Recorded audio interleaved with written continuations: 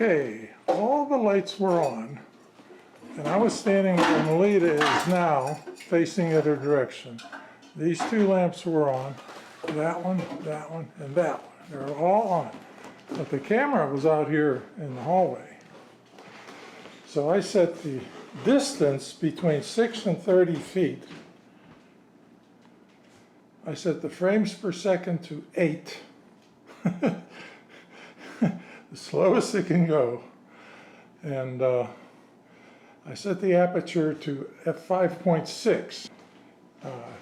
We get about 12 lumens out there. We get 12 lumens out there when all the lights are on in the daytime. So whatever that is.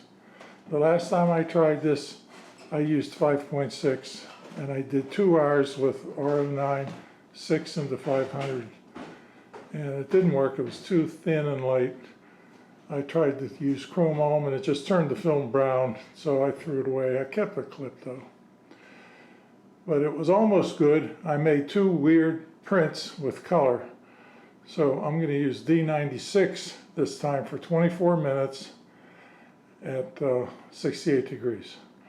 And we'll see if we get a better negative. I tried to turn off Mom's lamp. I thought it was on 3. It was only on 2. But there's not much of a difference. So it takes a while to warm up to make that switch work. But it's on, off now. And there's 3 clicks to get it up to high. The light in the living room is usually 12 lumens with all the bulbs on in the daytime. I was really surprised to find the ASA was only 400 because I shot it 8 frames a second and f5.6. So 12 lumens, that's all I got was 400 ASA. And then I developed it as per directions for 1600 ASA, 24 minutes at 68 degrees, agitating 5 seconds every 30. And I got nicer negatives than R09 at 400 ASA, a little more concentrated than usual in an hour. The film base is gray, not clear. Like I said, the film is gray, but this film has a lot more black in it than the R09 version at 400 ASA. There's a lot more detail.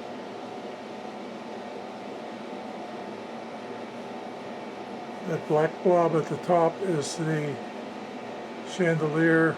The black on the left is the corner light.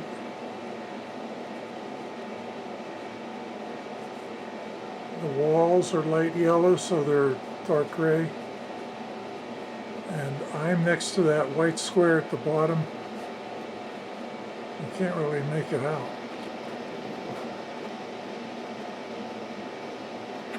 I don't know what that black spot is on the middle of the bottom. Now that looks like a proper negative to me. There aren't any edge numbers on this film stock.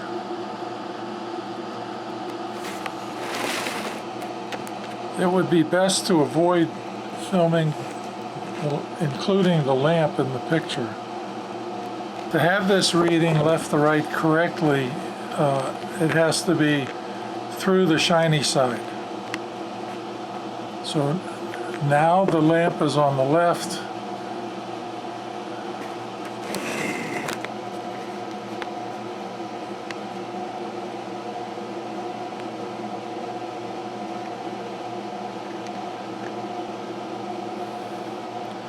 I'm very light. My shirt was off.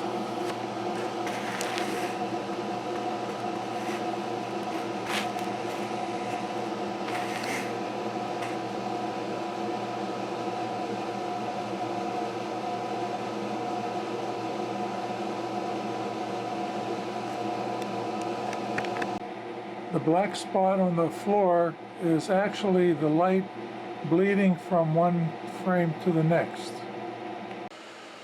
Today is Friday, August 21st, 2026. I'm going to mix some D97 so I could try printing my new negative that I shot yesterday and developed in newly mixed.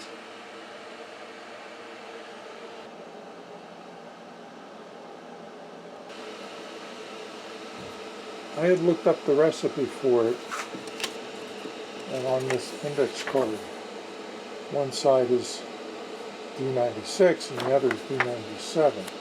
Now, I didn't mix it yesterday, but this note on here really got my attention. This was added later, this little box, because this side is for the replenisher, which uses sodium hydroxide. Doesn't say when, but this note refers to a book, my second journal book for photography. Here it is, I found it. Can you believe that? It's almost 10 years since I did this.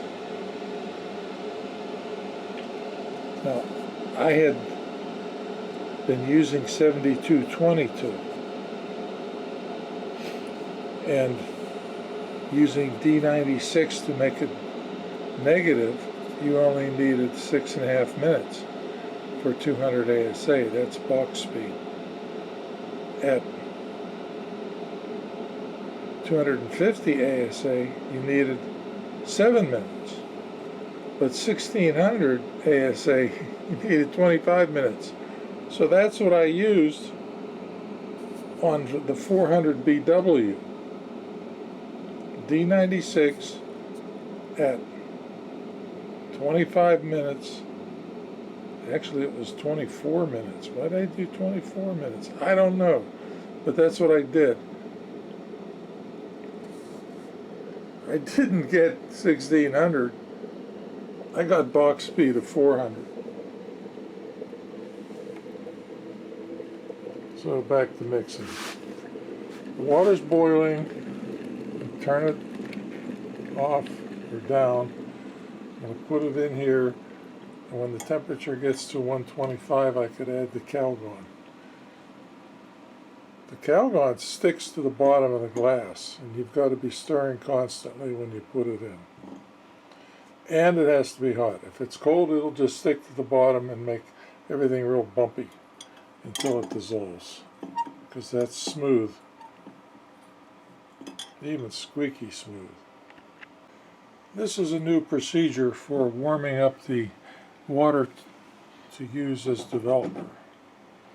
Instead of pouring hot water around it and warming up cold water, I'm pouring hot water into it to use to mix in. There you go. It's already hot enough. And there's room, barely, to add the chemicals. That was pretty hot when I mixed it, 125. So I've got to cool it down to 68. That's a lot.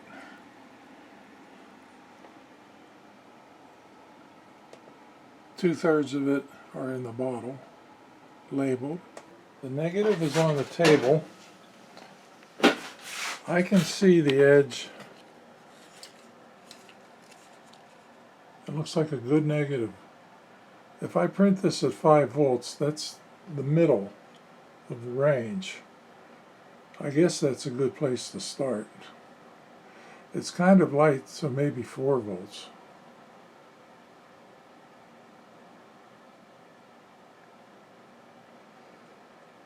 But I don't know how long to develop it.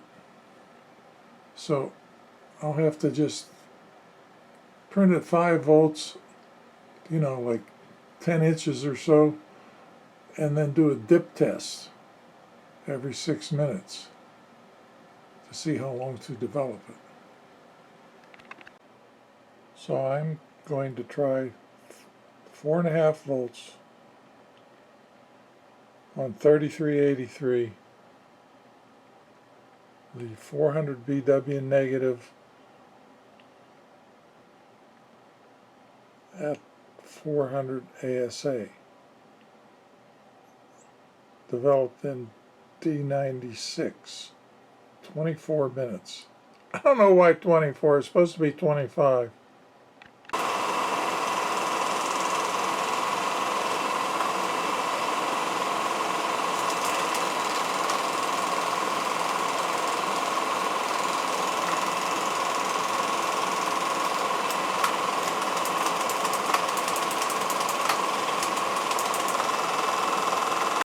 An explanation of printing is needed here. Oh, I had such a terrible time with this. I could not make it work. The prints kept coming out black, I mean solid black. And after trying it 3 different ways, 4.5, 3, 2, and 1.5 volts, and lowering the developing time in the liquid from 4.5 to 4 to 3. I didn't want to go below 3 minutes. Then I went back up to 4, but I had to dilute the developer 1:1 and start over. That's where I did 1 volt. I did 1.5 volts at 3 minutes, and then I did 1 volt at 4 minutes. They both are spliced together in the video you just saw. And even at that, it's weak and soft and not light enough. There's not enough contrast. I have to find a different kind of print film to use. Last year, I used R09 1:100 for an hour, and I was getting pretty good results at room temperature. And I don't want to do that again. I'm using up too much of my color film. I have to look and see what kind of other black and white print film I have. I think I have some sound negative film, maybe some PF2. I saw a can with PF2. We're going to have to look around.